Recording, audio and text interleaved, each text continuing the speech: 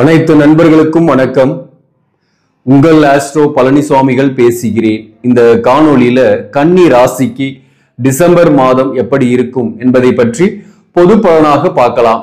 இந்த கன்னி ராசிக்கு குறிப்பா உத்திரம் நட்சத்திரத்துல நவம்பர் 10ஆம் தேதியிலிருந்து கேது பெயர்ச்சி ஆயிட்டாரு. அதற்கு தனியா கூட நம்ம ஒரு வீடியோ போட்டிருந்தோம். உத்திரம் நட்சத்திரத்துக்கு மன அழுத்தம் கடுமையா இருக்கும், கஷ்டங்கள் இருக்கும் அப்படின்ட்டு. இந்த மாதத்தை பொறுத்தவரையிலும் கொஞ்சம் கவனமா தான் இருக்கணும். உத்திரம் 4ஆம் பாதம் 3ஆம் பாதத்துல பிறந்தவங்களுக்கு கொஞ்சம் கூடுதலாக கூட இருக்கும். அதாவது இந்த மாதத்தை பொறுத்தவரையிலும் சித்திரை மற்றும் அஸ்ஸம் நட்சத்திரத்தில் பிறந்தவங்களுக்கு எல்லாம் பாசிட்டிவா தான் இருக்கு. நிம்மதி உங்களை தேடி வரும். உத்திரம் நட்சத்திரத்தில் பிறந்தவங்களுக்கு மட்டும் நீங்க நிம்மதியை தேடணும். சோ நிம்மதியை தேடும் நேரம் அப்படின்னு நம்ம சொல்லிடலாம். அதே போல இன்னொரு பாசிட்டிவான விஷயம் என்னன்னாக்க, சனி வக்கர நிவர்த்தியும் ஒரு பாசிட்டிவான விஷயம் தான். 6ஆம் இடத்துல இருந்த சனி வக்கரமானதுனால கடந்த ஜூன் மாசத்துல இருந்த நவம்பர் 15ஆம் தேதி வரலும் இந்த 6ஆம் பாவகத்துடைய காரகத்துவத்துல அதிகப்படுத்தியே செஞ்சிருக்கோம். அந்த வகையில பாத்தீங்கன்னாக்க கடனுடைய அழுத்தம், ஒரு கடனை வாங்கி இன்னொரு கடனை கட்டுறது, சமாளிக்க முடியாத செலவுகள், எதிர்பாராத செலவுகள். இன்னொரு பக்கம்னாக்க ஒரு 20,000 சம்பாதிக்கிறோம் மாசத்துக்குனாக்க 15,000க்கு மருத்துவ செலவு, திடீர்னு உடல்நல பிரச்சனைகள், சில பேருக்கெல்லாம் ஹெல்த் இஷ்யூஸ், மருத்துவ செலவுகள். அதே போல சில பேருக்கு 5க்குரியவன் 6ஆம் இடத்துல இருந்து வக்கரமானதுனால பிள்ளைகள் வகையில செலவுகள், அவர்களுக்கு உடல்நல பாதிப்பு ஏற்பட்டு அதற்கு செலவுகள், அல்லது அவர்களுடன் கருத்து வேறுபாடு, அவர்களால மன உளைச்சல், இப்படியும் கொஞ்சம் பேருக்கு இருந்திருக்கும். மொத்தத்துல பாத்தீங்கன்னாக்க மன அழுத்தம் உள்ள காலகட்டம் தான். கடந்த 6-7 மாதங்களாக அஸ்ஸம் நட்சத்திரத்துக்கு பாதிப்புகள் இருந்திருக்கும். அதற்கு முன்பு சித்திரை நட்சத்திரத்துக்கு கடுமையான பாதிப்புகள் இருந்திருக்கும். அதே போல திருமண வாழ்க்கையில கூட பாத்தீங்கன்னாக்க அப்பப்போ பிரிந்து இருக்கிறது. ஒரு நாள் போல் மற்றொரு நாள் இல்லை. ஒரு நாள் சந்தோஷமா இருக்கு, அடுத்த நாள் சோகமா இருக்கு அப்படின்ற மாதிரிதான் மேரேஜ் லைஃப். குறிப்பா தொலை தூரத்துல இருக்கிறன்னு வச்சுங்களேன், வாழ்க்கை துணை விட்டு பிரிந்து வேற ஒரு இடத்துல நீங்க இருக்கீங்க, அவங்க ஒரு பக்கம் இருக்கிறாங்கன்னா அந்த நேரத்துல காதல் வரும், பாசமெல்லாம் வரும். ஆனா நீங்க வாழ்க்கை துணையுடைய நெருங்கும் போது காதல் போய் வாழ்க்கையில சோகங்கள் தான் வரும். அப்படின்ற மாதிரி அந்த நேரத்துல பிரச்சனைகள் வரும். 2 பேரும் ஒன்னா இருக்கலாம்னு நினைச்சாக்க சண்டை வருது, பிரச்சனை வருது. ஆனா பிரிந்து இருக்கும் போது பாசம் வருது, அன்பு வருது. இந்த மாதிரியும் சில பேருக்கு இருக்கும். திருமண வாழ்க்கையில பிரச்சனை ஏற்பட்டு பிரிந்தும் தனித்தும் இருக்கக்கூடிய சூழ்நிலையும் சில பேருக்கு இருக்கும். இதெல்லாம் பாத்தீங்கன்னாக்க இந்த சனி வக்கர நிவர்த்தி ஆனதுனால கடனுடைய அழுத்தம் கொஞ்சம் குறைவா இருக்கும். புதிய கடன் வாங்க வேண்டிய அவசியம் இல்லாம போகும். வருமானம் கூடுதலாக வரும். அப்போ கடனுடைய பிரச்சனை ரிலீஃப் ஆவீங்க. அது ஒரு பெரிய பாசிட்டிவ். இந்த சனி வக்கர நிவர்த்தி ஆனதுனால வேலை தொழில் ரீதியாக இருந்து வந்த பிரச்சனைகள் தீரும். அதாவது பிசினஸ் பண்ணக்கூடியவர்களுக்கு கூட பாத்தீங்கன்னாக்க ஒர்க் பண்ணிட்டு ஆர்டரை கம்ப்ளீட் பண்ணிட்டு அதுக்கான பேமெண்ட் வாங்க முடியாம கஷ்டப்பட்டு இருப்பீங்க. பேமெண்ட் வந்த நேரத்துல அரைகுறையா வந்திருக்கும், அதுவும் பிரச்சனையா இருந்திருக்கும். அந்த பிரச்சனை இனிமேல் கிடையாது. அதே போல வேலை விஷயமா இருந்து வந்த நெருடல்கள், பிரச்சனைகள் கிடையாது. வேலை பார்க்கக்கூடிய இடத்துல ஒரு டென்ஷன், ஒர்க் பிரஷர், இடமாற்ற சிந்தனைகள் இனிமேல் இல்லை. ஒரே இடத்துல ஒர்க் பண்ண போறீங்க. அதே போல வேலையை விட்டுட்டவங்க, கடந்த 4-5 மாசத்துல வேலை போயிடுச்சுன்னு சொல்றவங்க இப்ப வேலை தேடுங்க, வேலை கிடைக்கும், புதிய வாய்ப்பு கிடைக்கும். உங்க சுய ஜாதகத்துல சனி வக்கரம் ஆகலைன்னா அவங்களுக்கு எல்லாம் கொஞ்சம் போராட்டமா தான் இருந்திருக்கும். கடந்த 6 மாசமா தந்தையின் உடல்நலனில் பாதிப்பு ஏற்பட்டிருக்கும், தந்தையை பிரிந்திருப்பீங்க, அல்லது தந்தைக்கு செலவு பண்ணியிருப்பீங்க. ஏதோ ஒரு வகையில பாதிப்புகளை கடந்த காலமாக அனுபவிச்சிருப்பீங்க. சனி வக்கர நிவர்த்தி ஆனது கடனுடைய அழுத்தம் பெருசா இல்லை. உடல்நலத்துல 20,000 சம்பாரிச்சு 15,000 ஹெல்த் இஷ்யூஸ்க்காக மருத்துவ செலவு பண்ண வேண்டிய செலவு பெருசா கிடையாது. இந்த வழக்கு பிரச்சனை சில பேருக்குலாம் ஏற்பட்டிருக்கும். இந்த வழக்குகள், எதிரி தொல்லை, அதெல்லாமும் உங்களுக்கு வெற்றிகரமா சமாளிப்பீங்க. அதோட தாக்கங்கள் குறைவாக தான் இருக்கும், அல்லது பெருசா இருக்காது சில பேருக்கெல்லாம். இந்த மாதத்தை பொறுத்தவரை வழக்குகள் இருக்கீங்க, டிவோர்ஸ் கேஸ்ல இருக்கீங்கன்னா கூட சாதகமான முடிவுகள் வரும், அல்லது சாதகமாக அந்த வழக்கு உங்க பக்கம் செல்லும். அதுதான் நான் சொல்ல வரேன். சொத்து சம்பந்தமான பிரச்சனைகள், வில்லங்கங்கள் வெற்றிகரமாக இந்த மாதத்துல முடிய போகுது. அதுதான் பெரிய பாசிட்டிவான விஷயம். அதே போல வீடு கட்டியிருக்கீங்க அல்லது சொத்து வாங்குறதுக்கான திட்டங்கள் பாதியிலே நின்று இருக்குன்னா அதை மேலும் தொடரக்கூடிய வாய்ப்புகள் இந்த மாதத்தை பொறுத்தவரையிலும் உண்டு. வீடு, சொத்து, வாகனம் வாங்கக்கூடிய வாய்ப்பு உண்டு. 9ஆம் இடத்துல இருக்கக்கூடிய குரு வக்கரமானது நல்லது, சனி வக்கரமானது கெட்டதுன்னு நம்ம ஏற்கனவே பதிவுகள்லாம் போட்டிருக்கிறோம். இப்போ சனி வக்கர நிவர்த்தி ஆயிட்டாரு. சோ கெட்ட விஷயத்துல இருந்து நீங்க தப்பிச்சிட்டீங்கன்னு அர்த்தம். குரு வக்கரம் 9ல இருக்கிறதுனால அந்த பாவகத்தை ஃபோர்ஸா ஆக்டிவேட் பண்றாரு, பாக்கியங்கள் கைகூடும். அப்ப திருமணம் ஆகாதவர்களுக்கு திருமண வரன் பாக்குறீங்கன்னா திருமணம் ஆகக்கூடிய வாய்ப்புகள் உண்டு. மறுமணத்திற்காக வரன் பாக்குறீங்கன்னா மறுமணம் ஆகக்கூடிய வாய்ப்புகளும் உண்டு. அதே போல சொத்துக்கள் சம்பந்தமான ஆதாயங்கள் பெறக்கூடிய வாய்ப்பு உண்டு. தந்தையின் உடல்நலனில் இருந்து வந்த பாதிப்புகள் நீங்கும் அல்லது பிரச்சனைகள் குறையும். அதே போல இந்த மாதத்தை பொறுத்தவரை சூரியன் உங்க ராசிக்கு 3ஆம் இடத்துல முதல் 15 நாள் இருப்பார்.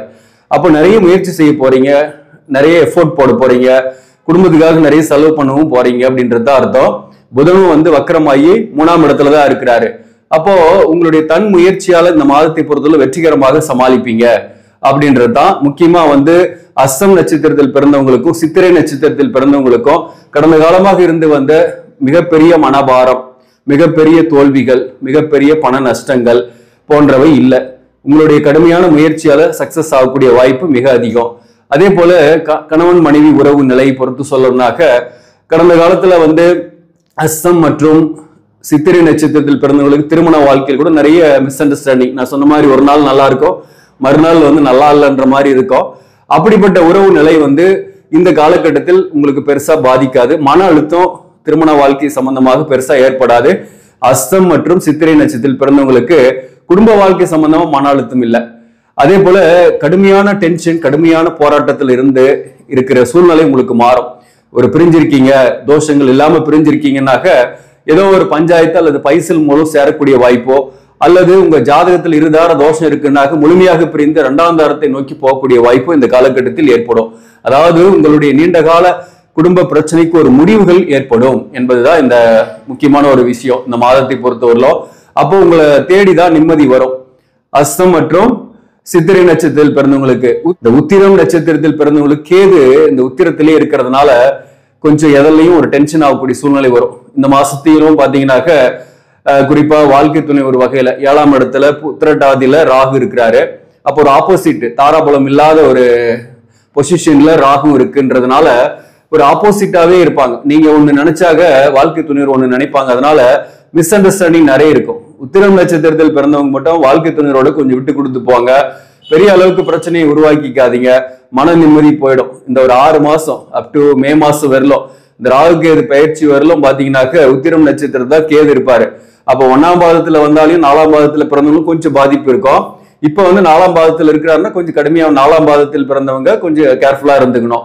எல்லா விஷயத்திலுமே டென்ஷன் ஆகாம இருக்கணும். அதாவது 140 பிபி இருக்கிறவங்க கூட 160 போகும், 120 இருக்கிறவங்களுக்கு 140 போகுன்ற மாதிரி எல்லா விஷயத்திலுமே டென்ஷன் ஆகிட்டே இருக்கும்.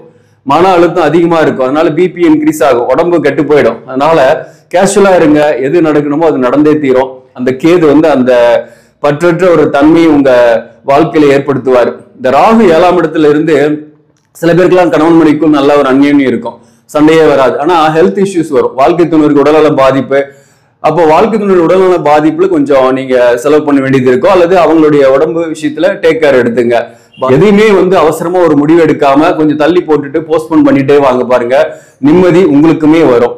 அதே போல இப்ப திருமண விஷயமா சொல்றேன், உடனே வந்து ஆக்ட் பண்ணாம, உடனே அதுக்கு வந்து ஒரு பிரச்சனையை பெரிதாக்காம அதை அப்படியே போஸ்ட்போன் பண்ணிட்டு வாங்க, கண்டிப்பாக பெட்டரா இருக்கும். அது வழக்கா இருந்தாலும் சரி, அல்லது வேற ஏதாவது தகராறுகள் பிரச்சனையா இருந்தாலும் சரி. வேலை விஷயமா உத்திரம் நட்சத்திரத்தில் இருப்பவர்கள் இருக்கிற வேலையில கடினமாக போராட வேண்டியது இருக்கும், ஒர்க் பண்ண வேண்டியது இருக்கும், ஹார்ட் ஒர்க் கூட இருக்கும். ஆனா வேலையை இப்போதைக்கு நீங்க மாத்தாதீங்க, இருக்கிற வேலையிலே இருங்க, பெட்டரான பொசிஷன் உண்டு. அஸ்தம் மற்றும் சித்திரை நட்சத்திரத்தில் பிறந்தவங்களுக்கு புதிய வாய்ப்புகள் கூட சில பேருக்கு கிடைக்கும். அந்த புதிய வாய்ப்புகள் கிடைச்சிச்சுன்னா நீங்க தாராளமா போலாம். அதை இடமாற்றம் என்பது உங்களுக்கு பாசிட்டிவா இருக்கும், வருமானம் கூடுதலாகவும் கிடைக்கும். பிசினஸ் பண்ணக்கூடியவர்களுக்கு தேக்க நிலையில் இருந்து வந்த பண வருமானம் பெட்டராகவே இருக்கும். குறிப்பா அஸ்தம் மற்றும் சித்திரை நட்சத்திரத்தில் பிறந்தவங்களுக்கு இந்த டிசம்பர் 15ஆம் தேதிக்கு மேல சூரியன் வந்து பாத்தீங்கன்னா 4ஆம் பாவகத்துக்கு வந்துடும். அதே போல புதனும் வக்ர நிவர்த்தியாகி 3ஆம் இடத்திலே இருக்கும். 4ஆம் இடத்துல சூரியன் இருந்தாலையும் குடும்ப உறவுகள், குறிப்பா வாழ்க்கை துணைவரின் உறவுகள் வகையில சில கருத்து வேறுபாடுகள் வரலாம், பகை வரலாம். அதனால அவங்க கிட்டலாம் கொஞ்சம் டிஸ்டன்ஸ் கீப் பண்ணிக்கிட்டு இருங்க, அதுதான் உங்களுக்கு நல்லது. ஹெல்த்ல கொஞ்சம் கவனம் செலுத்திங்க, பெருசா பாதிப்பு இல்லை இந்த மாசத்தை பொறுத்தவரை. இந்த 4ஆம் இடத்துல சூரியன் வரும்போது தாயாரோட ஹெல்த் பாதிக்கும், தாயாரின் ஹெல்த்ல கொஞ்சம் பாதுகாப்பா இருங்க. வேலையில ஒரு நல்ல ஒரு மாற்றம் வரும், ஒரு மரியாதை கௌரவம் இருக்கும் வேலையில. ராகு வந்து 7ஆம் இடத்துலயும் ராசிலேயே கேது இருக்கிறதுனால மனக்குழப்பமும் ஒரு டிப்ரெஷனும் இருக்கும். பொதுவாகவே பாத்தீங்கன்னா அந்த டிப்ரெஷனை அவாய்ட் பண்ணிடுங்க, உடல்நலம் நல்லா இருக்கும், முடிவுகளும் தெளிவா இருக்கும். அல்லது பொறுமையா வேற ஒருத்தரோட கைடன்ஸ் அடிப்படையில நீங்க ஒரு முடிவெடுங்க. செவ்வாயை பொறுத்தவரையிலும் சொல்லணும்னா 8 குடிவன் 11ஆம் இடத்துல இருந்து வக்கரமாக போறாரு டிசம்பர் மாசத்தை பொறுத்தவரையிலும். அப்போ வந்து நீச பங்கம் ஆகுது 11ஆம் இடத்துல. சோ 8 குடியவன் 11ஆம் இடத்துல நீச பங்கமாகும் போது மறுமணத்திற்காக முயற்சி செய்யறவர்களுக்கு மறுமண வரன் செட் ஆகும். அதே போல உங்களுக்கு லாபங்கள் கூடுதலாகவே கிடைக்கும். 3 நட்சத்திரத்தில் பிறந்தவர்களுக்குமே லாபங்கள்லாம் வரும், பண வருமானம் வரும். வேலை மற்றும் உத்திர நட்சத்திரத்தில் பிறந்தவங்க வேலை மாத்தாம இருக்கிறது நல்லது. ஒர்க் ப்ரெஷர் இருந்தாலும் இதுலயே போதிக்கிறீங்க. புதிய வாய்ப்பு பெட்டராகவே கிடைக்கும் அடுத்த வருஷம். அதே போல பாத்தீங்கன்னாக்க செவ்வாயை பொறுத்தவரை 11ஆம் இடத்துல இருந்து 5ஆம் இடத்துல இருக்கக்கூடிய சுக்கிரனை பார்க்கும். சுக்கிரனை பொறுத்தவரை 5ஆம் இடத்துல இந்த மாதத்தை பொறுத்தவரை இருக்கு. அந்த வகையில வந்து சில பேருக்கெல்லாம் புதிய காதல், புதிய நட்பு, புதிய ரிலேஷன்ஷிப் வரும். அல்லது ஏற்கனவே உங்களோட நல்லா பழகிட்டு இருந்தவங்க திடீர்னு கட் ஆகிட்டு இருப்பாங்க. குறிப்பா சித்திரை மற்றும் அஸ்தம் நட்சத்திரத்தில் பிறந்தவங்களுக்கு ஏற்கனவே பழகிய உறவுகள், உங்களோட நல்ல ஒரு ஃப்ரெண்ட்லியா இருந்தவங்க அல்லது ரிலேஷன்ஷிப்ல இருந்தவங்க கட் ஆகிருப்பாங்க. அவங்களை மீண்டும் சந்திக்கிறதுக்கான வாய்ப்போ அல்லது அவங்களோட மீண்டும் பேசுறதுக்கான சூழ்நிலையோ உங்களுக்கு ஏற்படும். பிள்ளைகளாலும் மகிழ்ச்சி உண்டு இந்த மாதத்தை பொறுத்தவரை. சில பேருக்குலாம் அவர்களுக்கு சுப காரியங்கள் நிகழ்த்தக்கூடிய வாய்ப்புகள் இந்த காலகட்டத்தில் உண்டு. பொதுவாகவே உங்களுக்கு 2 5ஆம் இடத்துல இருக்கும்போது காதல், அதனால வந்து மகிழ்ச்சியும் சில பேருக்கெல்லாம் ஏற்படும். மேக்சிமம் உங்களுக்கு வந்து இந்த பாக்கியங்கள்லாம் கை கொடுக்கும். புத்திர பாக்கியம் வரும். நீண்ட நாளா புத்திர பாக்கியத்துக்கு ட்ரை பண்ணிட்டு இருக்கிறீங்கன்னா புத்திர பாக்கியம் கிடைக்கக்கூடிய வாய்ப்பு உண்டு. புத்திரர்களால் மகிழ்ச்சி உண்டு, பிரச்சனை கிடையாது இந்த மாதத்தை பொறுத்தவரையிலும். அதே போல வீடு, சொத்து, நிலம் சம்பந்தமான பிரச்சனைகள், வில்லங்கங்கள் தீரும். இந்த மாதத்தை பொறுத்தவரை படிக்கக்கூடியவர்களுக்கு, மாணவர்களுக்கு நல்லாவே படிப்பீங்க. அதாவது இத்தனை நாளா இருந்த வந்து ஹெல்த் இஷ்யூஸ்லாம் இல்லாம கொஞ்சம் கூடுதல் கான்சன்ட்ரேஷன் போட்டு படிக்கக்கூடிய மாதம் தான், நல்லாவே படிப்பீங்க. அதே போல இந்த மாதத்தை பொறுத்தவரையிலும் பங்கு சந்தையில முதலீடு செய்ய வேணாம். இந்த ராசியாதிபதி புதன் 3ஆம் இடத்துலயே தான் மாசம் ஃபுல்லாவே இருக்கு. ஃபர்ஸ்ட் வக்கரமா இருக்கு, அப்புறம் வக்கர நிவர்த்தி ஆயிடுது 15 நாள். அப்போ வந்து பங்கு சந்தையில முதலீடு செய்ய வேண்டாம். பெருசா ஆதாயங்கள் இல்லை. ஊக வாணிகங்கள் அல்லது மற்றவங்க வந்து ஒன்று சொல்லுவாங்க, உங்களை ஃப்ரெண்ட்ஸுங்க கூட அண்டை அயலார்கள் வந்து இதுல பண்ணுங்க, இந்த திட்டத்துல போடுங்க, அல்லது பணம் கொஞ்சம் கடனா கொடுங்க, நாங்க திருப்பி ஒரே நாள்ல திருப்பி கொடுத்துறோம்லாம் சொல்லுவாங்க. அது நம்பி போக வேண்டாம். அது வந்து உங்களுக்கு பண நஷ்டத்தை ஏற்படுத்தும்.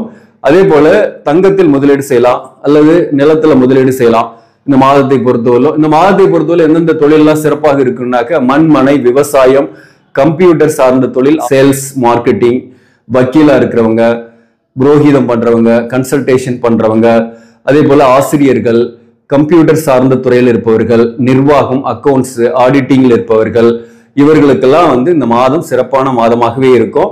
விவசாயம், கட்டுமான பணி, மண்மனை தொடர்பான தொழில், சிவில் இன்ஜினியரிங் இதில் இருப்பவர்களுக்கு முன்னேற்றங்கள் உண்டு. இந்த மாதத்தில் பொறுத்தவரையிலும் நல்லாவே இருப்பீங்க. அதாவது ஒரே ஒரு பிரச்சனை என்னன்னாக்க உத்திரம் நட்சத்திரத்தில் பிறந்தவங்களுக்கு மட்டும்தான் கொஞ்சம் நிம்மதி இல்லாத மாதிரி இருக்கும். நீங்க கொஞ்சம் மெடிடேஷன் பண்ணி, குறிப்பா வந்து பாத்தீங்கன்னாக்க திருவண்ணாமலை போயிட்டு கூட வரலாம், கிரிவலம் போயிட்டு வரலாம். அதே போல அங்க போற வழியில் இருக்கக்கூடிய யோகிராம் சுரத்குமார் ஐயா அவர்களுடைய ஜீவசமாதி, ரமண ரிஷியோட ஜீவசமாதி, சேஷாத்ரி சுவாமிகளுடைய ஜீவசமாதி, இங்கெல்லாம் போயிட்டு கொஞ்ச நேரம் மெடிடேஷன் பண்ணிட்டு அந்த ஜீவசமாதியை தொட்டு வணங்கிட்டு வந்தீங்கன்னாக்க இந்த மன அழுத்தம் இருக்காது. இந்த கேதுவால பெருசா பாதிக்கப்பட மாட்டீங்க. அதுக்கப்புறம் பிள்ளையார் வழிபாடு உங்களுக்கு நன்மைகளை கொடுக்கும். கேதுவால பாதிக்கப்பட மாட்டீங்க. சித்திரை, அஸ்தம் நட்சத்திரத்தில் பிறந்தவங்க ஜெனரலா முருகன் வழிபாடு செய்யுங்க. இந்த மாதத்தை பொறுத்தவரை உங்களுக்கு கஷ்டங்கள் இல்லை. கந்த சஷ்டி கவசம் படிச்சுட்டு வாங்க. சில தடைப்பட்ட காரியங்கள்லாம் வெற்றியை நோக்கி போகும். ஆக நண்பர்களே, இந்த பதிவு உங்களுக்கு பிடிச்சிருந்தாக லைக் பண்ணுங்க. இதை மற்றவர்களுக்கும் ஷேர் பண்ணுங்க. இன்னும் நம்ம சேனலை சப்ஸ்கிரைப் பண்ணாம பாக்குறவங்க சப்ஸ்கிரைப் பண்ணி கண்டினியூ பண்ணுங்க. இதன் மூலம் உங்களுக்கு ஒரு சரியான ஜோதிட தகவல்களும் ஆன்மீக தகவல்களும் கிடைக்கும். நன்றி, வணக்கம்.